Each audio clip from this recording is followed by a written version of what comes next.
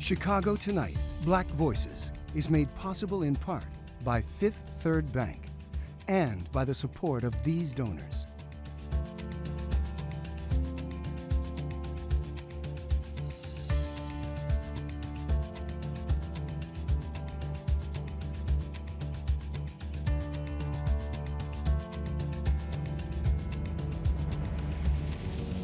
At Fifth Third, we believe when diverse voices are heard and empowered, communities are made stronger, lives are made better, and the future holds greater promise for all. That's why we're proud to support Chicago Tonight Black Voices. Together, we can make a difference. Together, we can drive change.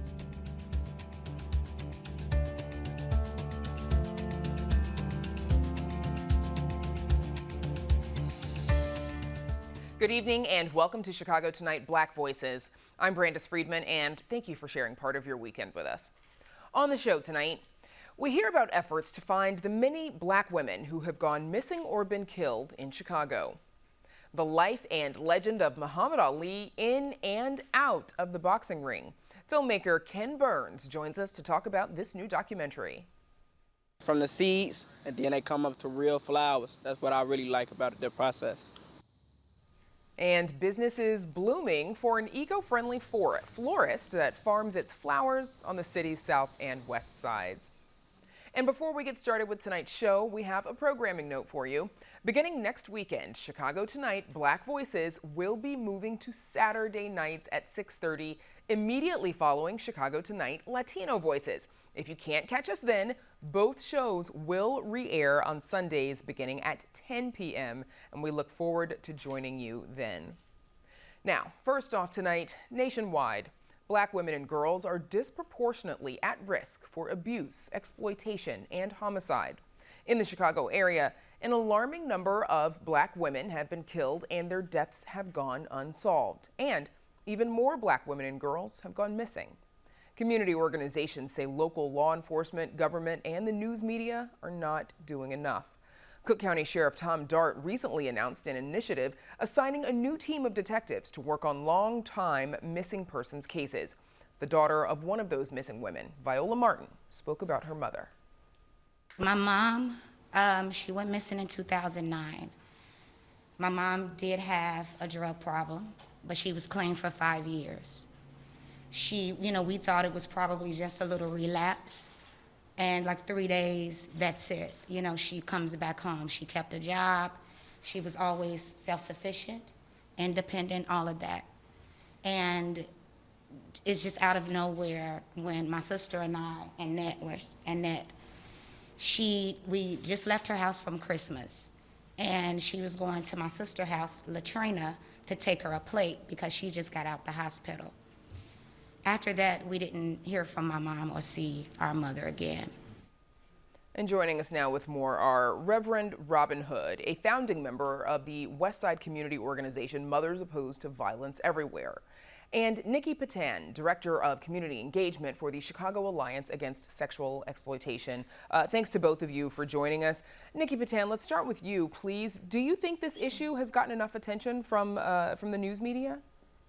Oh, God, no, not at all. Not at all. Not even close. For me, it's the fact that we have so many women, I believe 75, that are missing and murdered since 2001.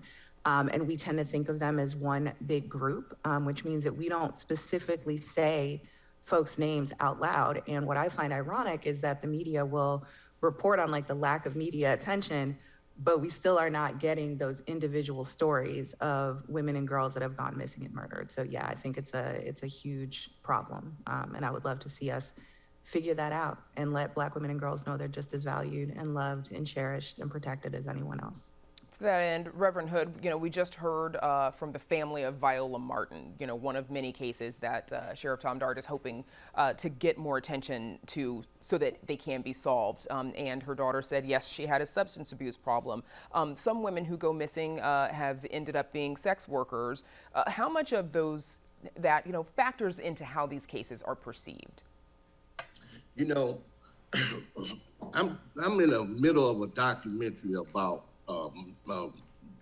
actually murdered women in Chicago. And in the beginning of the documentary, the first 4 families that talk about their loved ones that come up dead were business owners, property owners, professionals, nothing to do with sex work or drugs. Do that make a difference? It should not make a difference, because that's somebody's mother, sister, daughter, wife, cousin, neighbor, or loved one. To say, well, they were sex workers and they didn't deserve to live is so inhumane. And we care more about animals, dogs and cats, than we do human Black women and Black girls. And it's unbelievable how the attention is not put on the most vulnerable of our society, and that's our Black women. Now, Sheriff Tom Dart, he also spoke with Chicago Tonight about his new Missing Persons Project initiative. Here's what he had to say about why he believes this initiative can help. We just know factually that A, a new set of eyes always helps. B, technology and our way of investigating has expanded dramatically. And C, many law enforcement agencies have high turnover, they have major budget issues. And so they may have had a detective working on a case for quite some time who retired, and no one looked at it after that. So it's really a method of trying to put a really thoughtful, logical approach to analyzing missing persons and attempting to help. To find people is our goal, but if nothing else, to get resolution. Nikki, what are some of the bureaucratic, the procedural roadblocks that a family or the victim of violence and exploitation that they might encounter when they come in contact with law enforcement? Yeah, thank you. That's a great question. I mean, I think the first thing is people not being aware of what rights they do have as victims, right, or as the family of victims. And if you don't know what rights you have, how can you advocate for those rights? So that's one thing. One thing that we do in our work at CASE through our community engagement department, we actually do a monthly series called Seeking Justice, which teaches people what their rights are under the law as victims of sexual violence. Because too often we don't find out about the process until it's too late, until we're already in crisis, until something has already happened. And at that point, going to get a rape kit or do a forensic interview, oftentimes it's too late to gather the right kind of evidence in order to give that case the best chance, right, of being charged and convicted. So I think that those processes are not clear enough to the general public. The other piece too is that aside from like bureaucratic, policies and procedures, I think what we have is a values issue. That it's not really, to me, always a matter of training and policy. It's a matter of value. That when you are a police officer and you can show up to a situation that has like a little Black girl at it, at the center, for example, and you can look at her and say, it's not worth like making the arrest, or it's not worth the investigation, or I think it was consensual. And these are all things that I've heard throughout my time doing this work. That to me is a values problem. So part of it is bureaucracy. I think the bigger issue is values. Okay. Reverend Hood, we know that many of these women who have been murdered were found on the south and west sides. And of course, we also hear that many communities in Chicago believe that they have been over-policed by law enforcement. How can law enforcement provide better protection and support on solving some of these potential crimes without contributing to that perception of over-policing? Well, first of all, law enforcement need to answer the phones. The detectives that are assigned to the cases of the missing girls and women, they need to answer the phone, first of all. That's the beginning process of it. And that's been the problem that I found out over the years. They don't get back to the family members in a timely fashion. But if you are white, they investigate those murders. Black families have to deal with the fact that law enforcement don't find this at the top of the food chain, so to speak. In other words, they want to talk about they got 2,000 guns off the street, but families say, well, what about my mother that's been missing for 2 years, or my sister that come up dead? So it needs to be distinguished that the detectives, now that they're working with the FBI, now that Tom Dart got involved in it, maybe there's some cohesiveness that can help. But at this point now, just like Nikki said, you know, they talk about 51 women. We believe it's somewhere between 75 to 80 women that's dead through this. So you believe that that many women have sorry. been, so you believe that, you know, it's 75 to 80 women have been murdered, let alone those who are missing. Nikki, we've got 45 seconds left. We know that a coalition of community organizations has formed called Protect Black Girls. Case, your organization, is one of those members. What prompted you all to create this coalition? Sure. Well, I have to give that credit to Brenda Myers-Powell, who is the founder and executive director of Dreamcatcher. Brenda is a survivor of the sex trade and was doing an interview with Dave Savini, who's another reporter in Chicago, about the case of an 11-year-old Black girl whose case has just been terribly mishandled. And Brenda brought this coalition together, along with us, Along Walk Home, Pastor Hood, Good Kids Mad City, Lifespan, Voices and Faces Project, not to mention independent consultants and activists and organizers. And I think it's important for people to know that we're out here doing this work, because the perception is that nobody cares. And there's a big group of us who care about this and have been actively working as part of this coalition since March that Brenda pulled together. Okay, that's where we'll have to leave it. Best of luck to you both. Thanks for joining us, Nikki Patan and Reverend Robin Hood. Thank you so much. Thanks. Up next, the life and legacy of Muhammad Ali in a new documentary by filmmaker Ken Burns.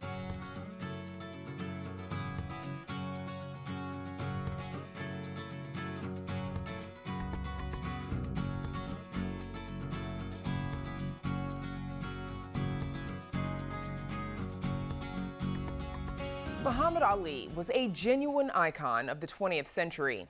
At an early age, he identified himself as the greatest and backed up his words inside and out of the boxing ring. Tonight, PBS airs part 1 of a sweeping new 4-part documentary on the life and cultural impact of Ali. Here's a short clip from the film of Ali hearing about a Supreme Court decision on his criminal conviction. The court unanimously threw out the conviction of boxer Muhammad Ali, or Cassius Clay. On June 28, 1971, as Ali was leaving a corner store on the south side of Chicago, the shopkeeper heard the news and ran after him to let him know. Well, I was on 78th Street on the south side and just bought me orange in a grocery store, and the grocery owner came out and grabbed me and hugged me with tears in his eyes, a little black fella, and told me that you've just been vindicated. Joining us now with more are Donald Lassere of the Chicago History Museum, who for years was president and CEO of the Muhammad Ali Center in Louisville, Kentucky, and filmmaker Ken Burns, who co-directed this film, of course, with Sarah Burns and David McMahon. Welcome, both of you, to Chicago Tonight Black Voices, and thanks for joining us. Thank you, Brandon. Of course. Donald Lassere, let's start with you, please. Muhammad Ali, as we said, was from Louisville, Kentucky, but Chicago was very important to him and his life. What did Chicago mean to him? Chicago meant a lot to him. You know, he started his family here in Chicago. As the news clip said, or movie clip said, he found out that he was being set free, if you will, by the Supreme Court here in Chicago. He actually ended up living less than 100 miles from Chicago in Bering Springs, Michigan. So he had a great affinity for the city. He was cherished here by many of its residents throughout his life.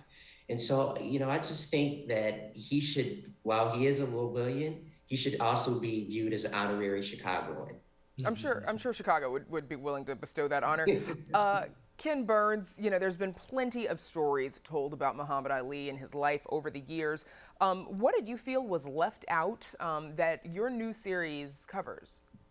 Well, let's not make the other films wrong. There's some really, really great documentaries on Muhammad Ali, among many, many documentaries, and some of them just focus on a single fight or a couple of years. Our intention was to do something that was comprehensive, from his birth in Louisville to his death outside of Phoenix from Parkinson's disease just 5 years ago, and to dive deep. In fact, you know, we had an opportunity. The clip that you just showed, he says something, one of my most favorite moments, in the moments afterwards. Here is a man who's just been vindicated. He's lost 3.5 years of his professional life. At the height of his professional career, he could have been bitter, he could have been vindictive, he could have been angry, he could have been celebratory, he could have written a poem, he could have told you so, I'm the greatest. All of the stuff that he did, all the shtick that he did. And he didn't. When a reporter shoved a microphone in his face and said, "What do you think of the system?" he said, "I don't know who's going to be assassinated tonight. I don't know who's going to be enslaved. I don't know who's going to be denied justice or equality." He looked back over 350 years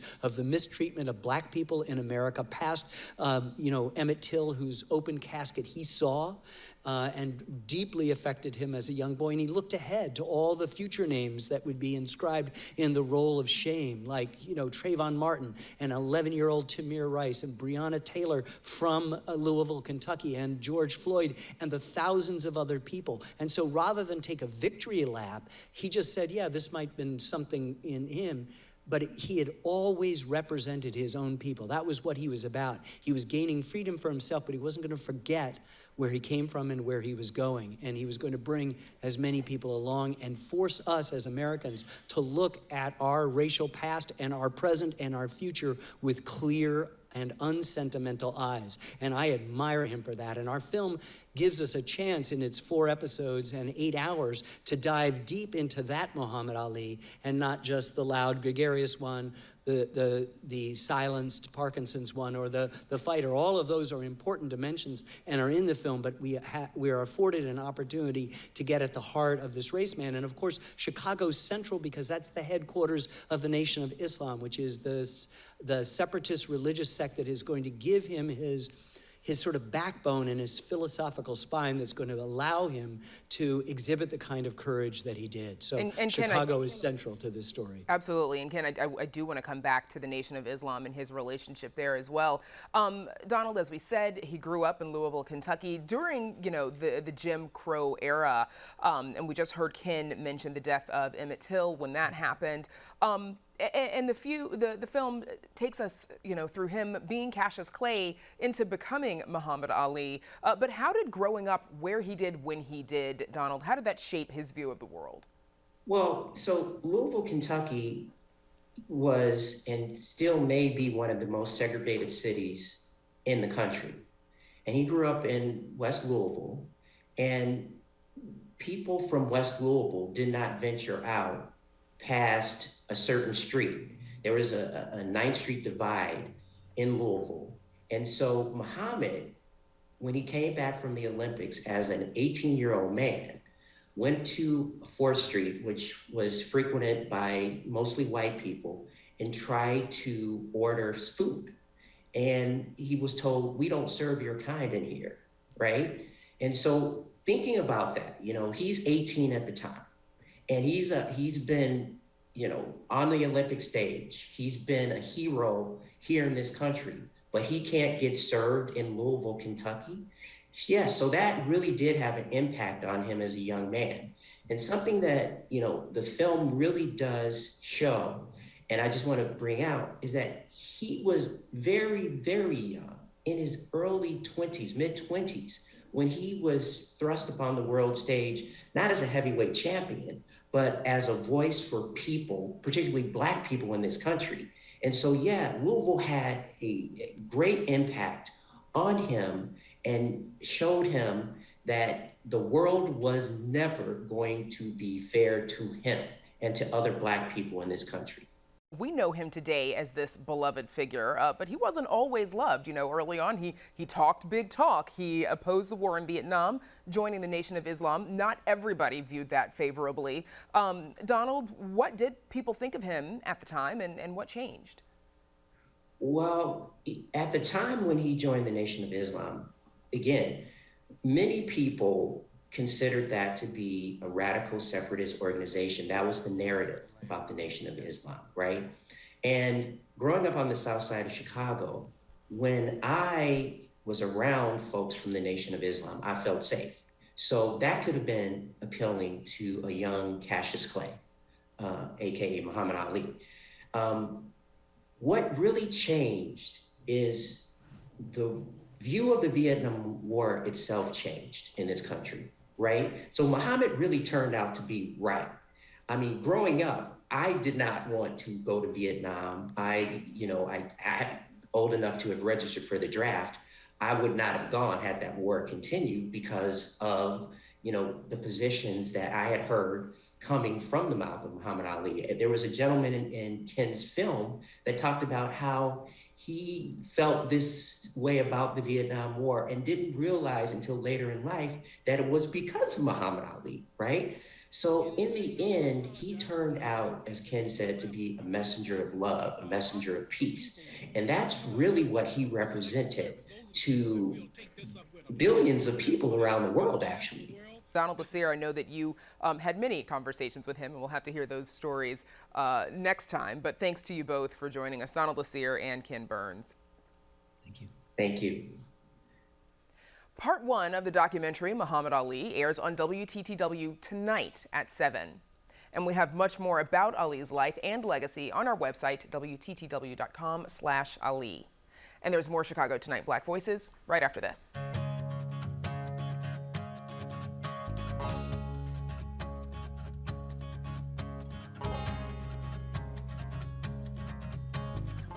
A fresh floral arrangement is a quick way to brighten up a room, but those buds and blossoms likely came from farms hundreds or even thousands of miles away.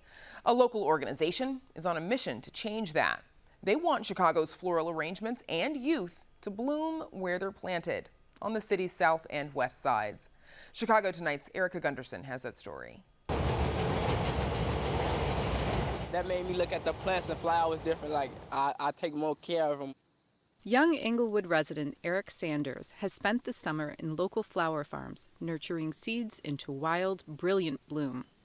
It's work, he says, has given him a new perspective on flowers. Sometimes when I was younger, I'd just pull them, then I'd be like, I work at a flower shop now, so you know. Sanders and his fellow workers are employees of Englewood-based farm-to-vase florist Southside Blooms. Making the bouquets and the process of how the flowers grow, like learning how to plant them, seeing them grow from the seeds, and then they come up to real flowers. That's what I really like about the process.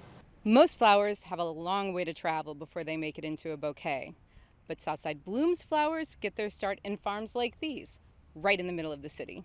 In the floral industry, 80% of the flowers actually come from overseas, and 2/3 of that's coming from Central and South America. So when we're growing flowers right here in the city, right here where people are buying it, we're cutting off a lot of those lengthy transportation networks. When you buy local, you buy from a local farmer, you're helping to really improve the environment and taking a big chunk out of what otherwise would be sustaining a pretty dirty industry overall.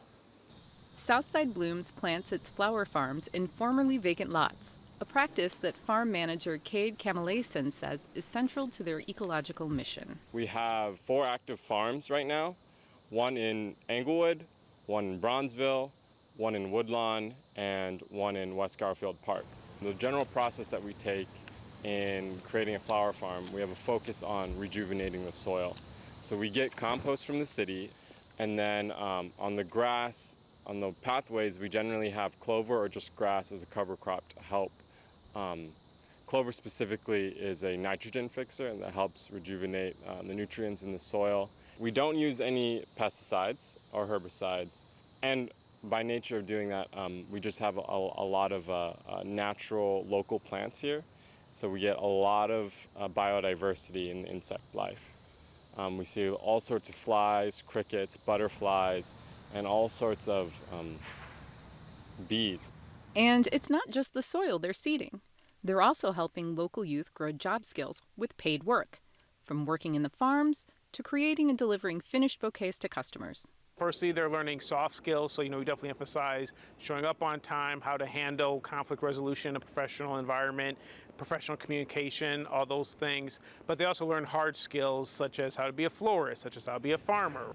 I don't think any of them expected to be making bouquets, and when they see they actually have a knack for it, and be like considering maybe you should be a florist, and that be an opportunity for them to pursue is really cool to watch them see the ways that they actually have skills to bring to the table rather than just being workers.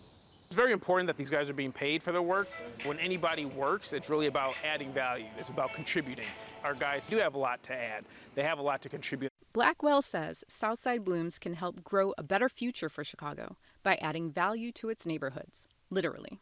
The flower industry is a $35 billion a year industry, so imagine if 80% of all that money that's currently going overseas stayed right here in places like Inglewood and Woodlawn and West Garfield Park, and the differences that would make for everybody, not just here in the South and West Sides, but across the city. And for Eric Sanders, it's a way to cultivate his own blossoming future.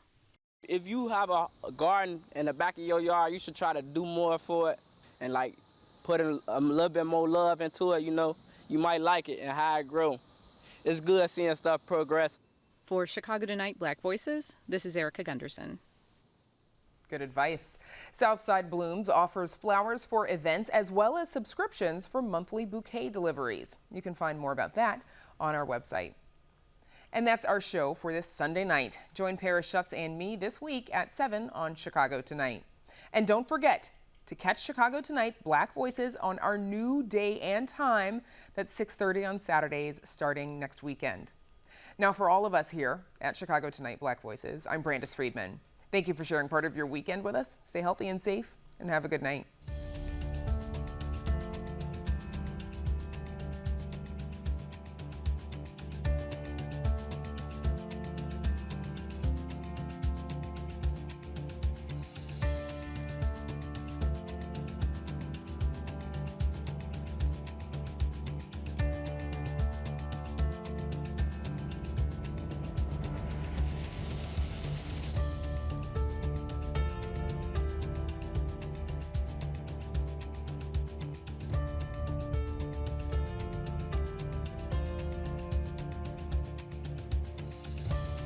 Closed captioning is made possible by Robert A. Clifford and Clifford Law Offices, a personal injury law firm dedicated to preserving the dignity and rights of all individuals.